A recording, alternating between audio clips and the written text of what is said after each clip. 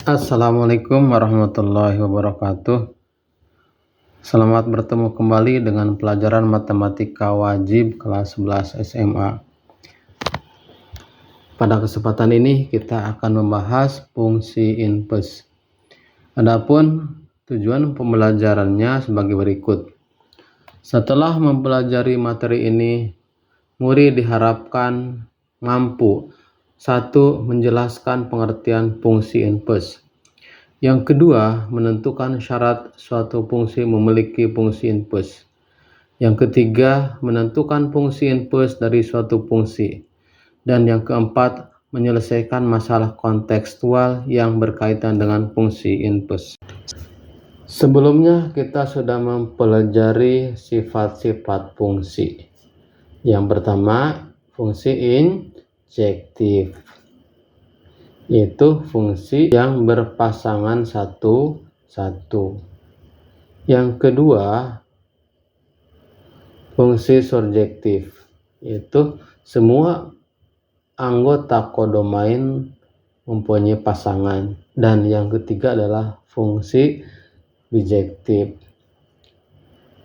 di mana semua anggota kodomain mempunyai pasangan dan pasangannya satu-satu atau berkorespondensi satu-satu. Selanjutnya, bagaimana kalau arahnya dibalik? Apakah ketiganya merupakan fungsi juga? Coba kita perhatikan yang sebelah kiri, yang tengah, dan sebelah kanan. Diagram yang paling kiri ternyata bukan merupakan fungsi karena ada anggota domain, yaitu anggota himpunan B, tidak mempunyai pasangan, yaitu 4. Diagram yang tengah juga bukan merupakan fungsi karena ada anggota domain B, ada yang punya pasangan lebih dari 1. Dan diagram yang paling kanan atau yang ketiga ternyata merupakan fungsi karena setiap anggota domain mempunyai tepat satu pasangan. Berdasarkan uraian di atas, fungsi yang jika arahnya dibalik menghasilkan fungsi juga disebut fungsi mempunyai fungsi inverse atau fungsi balikan. Dalam hal ini, yang mempunyai sifat demikian itu adalah fungsi yang bersifat bijektif. Jadi, syarat suatu fungsi mempunyai fungsi inverse adalah fungsi bijektif. Penyajiannya sebagaimana gambar berikut. Diketahui himpunan A yang anggotanya X. Kemudian anggota B yang anggotanya Y. X dipasangkan oleh F terhadap Y, maka berarti Y sama dengan Fx. Kemudian kita balik arahnya, domainnya adalah B dan kodomainnya adalah A, sehingga menghasilkan Y dipasangkan oleh F pangkat min 1. Ini disebut F inverse ya. Y dipasangkan oleh F inverse terhadap X. Jadi jika F memasangkan himpunan A ke himpunan B adalah sebuah fungsi bijektif, maka F inverse atau F pangkat min 1 memasangkan himpunan B ke himpunan A merupakan fungsi inverse dari fungsi F. Contoh, diketahui fungsi H yang memetakan anggota himpunan A dengan anggota himpunan B mempunyai fungsi inverse H pangkat min 1 memasangkan himpunan B ke himpunan A sebagai berikut. Perhatikan, himpunan A anggotanya 1, 2, 3, 4. Himpunan B anggotanya A, B, C, D. Kemudian ada sebuah fungsi H ya, memasangkan 1 ke A, 2 ke B, 3 ke C, 4 ke D. Kemudian kita balik arahnya sekarang dari B, dari himpunan B ke himpunan A. Kita simbolkan dengan H pangkat min 1. Jika H1 sama dengan A, maka H-in plus A sama dengan 1. Jika H2 sama dengan B, maka H-in plus B sama dengan 2. Selanjutnya, bagaimana cara menentukan fungsi in plus? Langkah-langkahnya sebagai berikut. 1. Ubah fx sama dengan titik-titik menjadi y sama dengan fx, atau ubah fungsi f menjadi y sama dengan fx. Yang kedua, pindahkan posisi aljabar sehingga variabel x berdiri sendiri di satu sisi menjadi x sama dengan. Yang ketiga, ganti x sama dengan f in plus y sama dengan. Dan yang keempat, ubah semua variabel y oleh variabel x untuk mendapatkan rumus f in plus x sama dengan titik-titik. Contoh,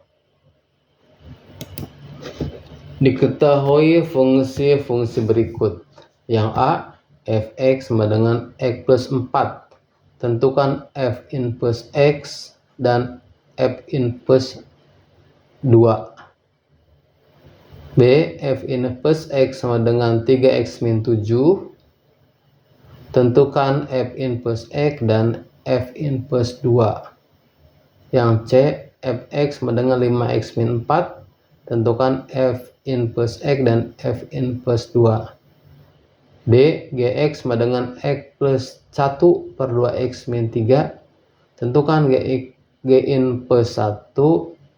Tentukan g in plus x dan g in plus 3. Dan yang terakhir, fx sama dengan 5 min 4x per 7x min 3. Tentukan f in plus x dan f in plus 2. Kita jawab satu-satu ya. Yang A kita misalkan fx sama dengan y ya. Jadi langkah pertama kita misalkan fx sama dengan y, atau kita nyatakan fx sama dengan y. Maka kan tadi fx itu kan x plus 4 ya, berarti x plus 4 sama dengan y. Selanjutnya posisikan x sendiri ya dengan menghilangkan angka 4 ya.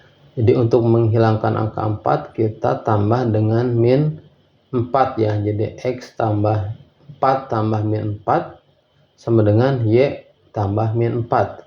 Sehingga kita peroleh x sama dengan y min 4. Selanjutnya kita nyatakan x menjadi f in plus y sama dengan y min 4. Dan yang terakhir kita ubah variabel y oleh variabel x. Maka f in plus x sama dengan x min 4. Selanjutnya f min 2 berarti kan x nya diganti oleh 2. Jadi f min 2 berarti 2 min 4 sama dengan min 2. Jadi f in plus x nya sama dengan x min 4 dan f in plus 2 nya sama dengan min 2. Kemudian yang B, fx sama dengan 3x min 7. Kita misalkan y sama dengan fx sama dengan y. 3x min 7 sama dengan y. Sama seperti tadi kita hilangkan angka 7-nya ya, supaya hilang min 7 maka kita tambah dengan 7. Jadi 3x min 7 tambah 7 sama dengan y tambah 7. Sehingga kan hilang angka 7-nya, maka tinggal 3x sama dengan y tambah 7. Nah, sekarang yang diinginkan kan x ya. Maka kita bagi kedua arah oleh 3. Berarti 3x bagi 3 sama dengan x. Yang kanan karena tidak bisa dibagi, maka kita nyatakan dalam pecahan ya. Jadi y tambah 7 dibagi 3 atau y tambah 7 per 3. Maka f in plus y sama dengan y plus 7 sama dengan 3. Dan terakhir kita ubah variabel y oleh variabel x. Sehingga menjadi f in plus x sama dengan x tambah 7 per 3. Kemudian kita tentukan f in plus 2. Maka f in plus 2 sama dengan x-nya diganti oleh 2. Berarti 2 tambah 7 dibagi oleh 3. Berarti 2 tambah 7 9. Dibagi 3 sama dengan 3. Jadi f in plus x sama dengan x tambah 7 per 3. Dan f in plus 2 sama dengan 3. Selanjutnya kita lihat soal yang C. Fx sama dengan 5 min 4x. Misalkan fx sama dengan y. Berarti y sama dengan 5 min 4x ya. Dalam hal ini untuk mempermudah proses, y-nya kita simpan di depan, 5 min 4x-nya kita simpan di belakang. Untuk memposisikan yang ada variabel x di sebelah kiri, maka ruas kiri ditambah 4x ya. Ruas kanan juga ditambah 4x. Berarti ruas kanan hilang 4x-nya. Jadi ruas kiri ada 4x-nya. Kemudian ruas kiri y-nya dihilangkan ya. Jadi dengan ditambah min y. Sementara sebelah kanan juga ditambah min y. Maka kita peroleh 4x sama dengan 5 min y. Lanjut, 4x dibagi 4 sama dengan x.